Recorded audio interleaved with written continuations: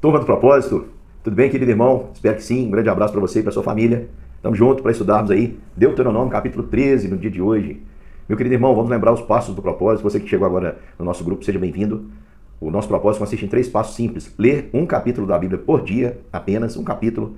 Hoje Deuteronômio 13, amanhã 14. Orar todos os dias, coloque diante do Senhor a sua oração. Nós também temos orado por você aqui. E peça a Deus para te ajudar a mudar. Mudar é preciso, todos nós necessitamos. O Senhor pode nos ajudar nessa caminhada e vai nos ajudar. Então vamos lá para o capítulo 13, para o capítulo 13 de Deuteronômio. E hoje nós vamos ver sobre como o Senhor leva a sério a nossa relação com Ele. Nós não podemos negociar o nosso relacionamento com Deus em nenhuma hipótese, em nenhum contexto. E eu quero apresentar para vocês aqui, no capítulo 13, algumas razões. O capítulo 13 vai falar sobre os falsos profetas e os idólatras. Então vamos pensar aqui comigo direitinho.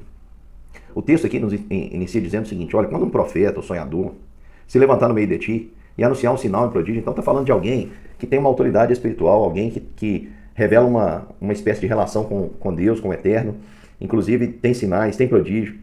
Mas o fim da mensagem desse indivíduo for o seguinte: olha, vamos após outros deuses e vamos servi-los.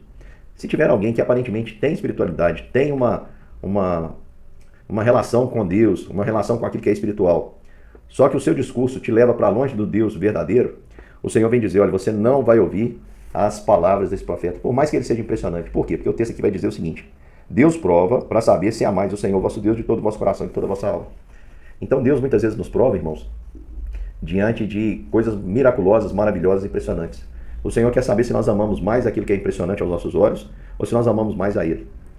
Porque tem muita gente pregando mentiras e em nome de Deus, no entanto Deus não está com ele, fazendo milagres. Jesus disse que naquele dia muitos vão chegar até ele e dizer: olha, no teu nome fizemos muito milagre. Jesus vai dizer: no meu não. Eu nunca vos conheci. Apartai-vos, pois, de mim. Portanto, meu querido irmão, quero dizer para você o seguinte: nós precisamos rejeitar, considerar anátema, maldito, tudo aquilo que queira nos afastar de Deus. Qualquer outro tipo de evangelho que queira nos afastar do Senhor. A gente precisa, de acordo com o texto aqui, andar após o Senhor, temer, guardar seus mandamentos e servir e a Ele se achegar.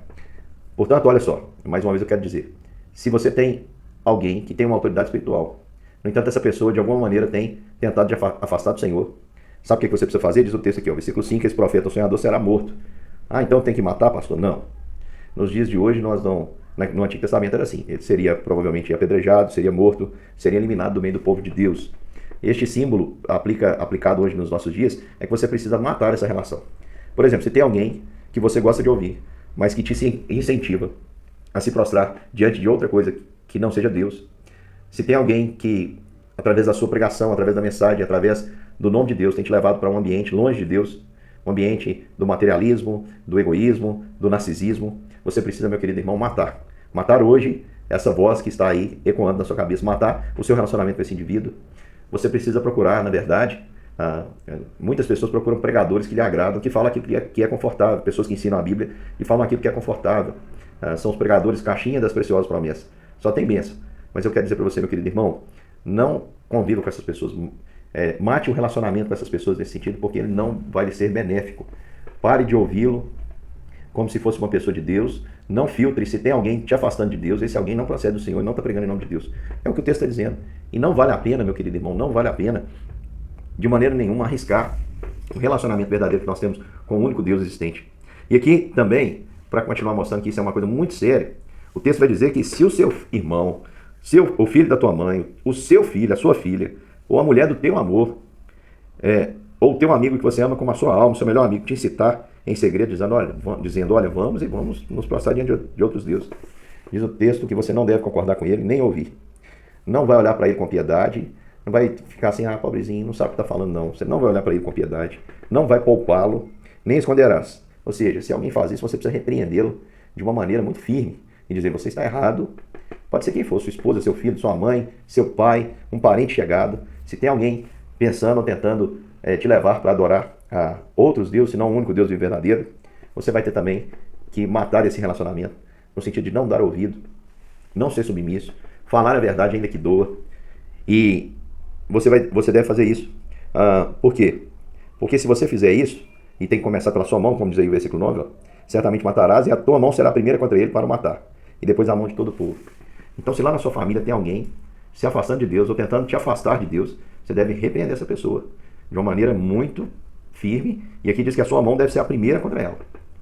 Então nem a autoridade espiritual, como a gente viu na primeira parte, que queira me afastar de Deus, eu posso ter um relacionamento com ele, nem sequer uma pessoa da família que tenta me afastar de Deus. Eu já vi gente abandonar a Deus para abraçar os erros da família. Completamente errado. Meu querido irmão, se a sua família sofre algum desajuste, mais do que nunca você precisa ficar firme nos princípios de Deus. Porque se tem uma esperança de salvação para essas pessoas, é que elas voltem para a casa delas, voltem para a presença de Deus, voltem a temer o Senhor de todo o coração. E por fim, meus irmãos, o texto ainda vai mostrar que quando a sociedade, uma outra cidade, fizer isso, se prostrar diante de Deus, dos deuses, aqui diz que o povo deveria investigar, perceber. Então, se isso fosse verdade, todos os moradores daquela cidade seriam destruídos. Seria completamente destruído tudo. E ainda o Senhor diz, versículo 16, ajunta todo o seu povo no meio da sua praça e a cidade de todo o seu despojo, e queimarás por oferta total ao Senhor teu Deus, e será um montão perpétuo de ruínas e nunca mais se edificará. Então quando você percebe, meu querido irmão, que a sociedade, ela está também assim se corrompendo, como aconteceu aqui, o que nós devemos fazer? Nós devemos cortar o nosso relacionamento, nesse sentido. Porque aqui diz, olha, quando você perceber isso na sociedade, você está vivendo num contexto onde a própria sociedade está chamando as pessoas para longe de Deus, para se prostrarem diante dos outros deuses. Quando eu falo outros deuses aqui, não quero que você pense em Baal, em outros deuses lá, Astarote. Não quero que você pense nos deuses aí do Antigo Testamento. Pense nos deuses modernos. Quantas pessoas têm soprado no seu ouvido para você viver um adultério, para você viver uma relação promíscua antes do casamento, para você viver, para você ganhar um dinheiro fácil, para você passar a perna no seu próximo? E você vai lá por amar essas coisas, acaba se prostrando diante delas. E nós estamos vivendo uma sociedade, pessoal, que se encaixa direitinho aqui. Ó. Uma sociedade que diz, vamos sair, vamos a outros deuses que não conheceste. Uma sociedade que convida você a adorar os novos deuses. Sabe o que o texto da Bíblia está nos dizendo? Que não é para a gente... aqui diz, ó, não é para a gente desejar nada que essa sociedade tem. Aqui o Senhor ordena que toda aquela sociedade, aquela cidade, seja queimada por oferta total ao Senhor. E será um montão perpétuo de ruínas. Portanto, meu querido irmão, não queira nada desse mundo podre. Nada, nada, nada. Você não precisa de nada, você já tem a Cristo. Versículo 17 diz que também nada do que for condenado deverá ficar na mão do povo, para que o Senhor não se aparte, para que o Senhor se aparte do ardor da sua ira e te faça misericórdia e tenha piedade de ti e multiplique o que jurou aos seus pais. Então, na hora de destruir a sociedade que está contra Deus, você não pode preservar nada. Você tem que destruir tudo. Em que sentido, meu irmão? No sentido espiritual, lógico que eu estou dizendo. Então vamos lá, vamos aplicar para a gente terminar. Não se submeta a autoridades aparentemente espirituais, mas que estão se desviando você do caminho do Senhor. Se a sua autoridade espiritual está fazendo com que você ame as coisas, fazendo com que você ame a riqueza, a prosperidade, que você ame mais as bênçãos do que o Deus da bênção, meu querido irmão, mate esse relacionamento. Procure uma liderança bíblica que vai te ensinar a amar o Senhor de todo o seu coração e não vai propor para você um evangelho que vai além deste. Todo evangelho que vai além deste, Paulo disse, ainda que seja entregue por um anjo, seja anátema.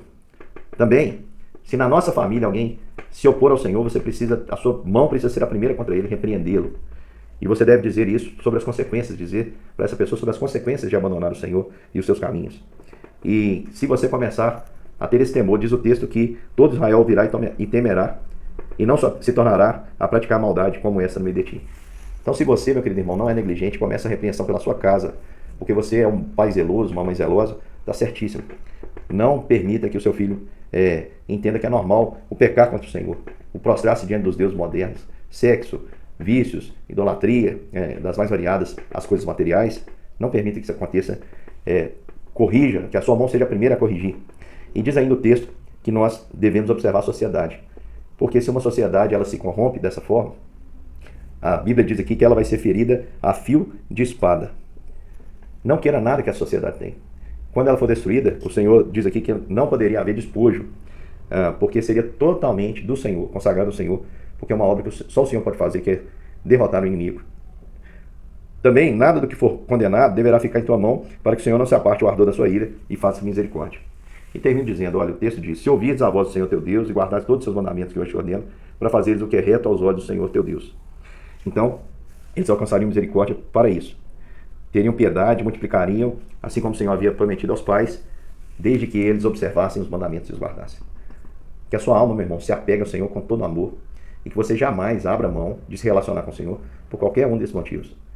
O meu líder se afastou de Deus, eu vou afastar também. Está errado. A minha família quer que eu me afaste de Deus, se afastou de Deus, eu vou afastar também, está errado, não pode. E, e também a sociedade. Você percebe nitidamente que a sociedade está se opondo ao evangelho? Não é seu lugar ali. Você precisa demonstrar a diferença. E não deseje nada que o mundo tenha. Se surgir uma oportunidade, num desdobramento, de você ser aquele beneficiado, numa situação que ninguém está vendo, meu irmão, não faça isso. Não deseje nada. Porque para que o Senhor aparte o ardor da sua ira e faça misericórdia e tenha piedade de ti e multiplique como jurou seus pais. Então, meu irmão, aquele que anda retamente pode contar com o Senhor na sua caminhada. Se você não andar retamente, você pode ter certeza que o Senhor alcançará e tratará com você. Queridos irmãos, já falei bastante. Até amanhã, para a gente fechar bem a semana com Deuteronômio 14. Um grande beijo e até mais.